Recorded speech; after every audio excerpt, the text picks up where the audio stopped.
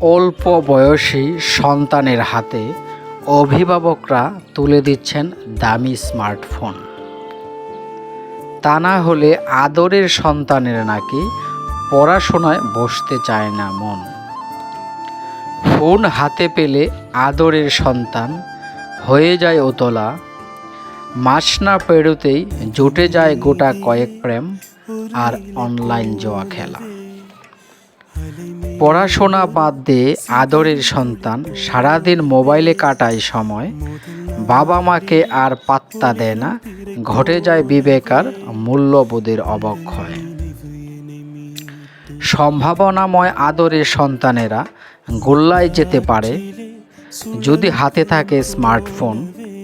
সময় থাকতে হন সচেতন, তা না হলে আপনার আদরের সন্তানের জীবন নষ্ট হয়ে যাবে অকালে একদিন।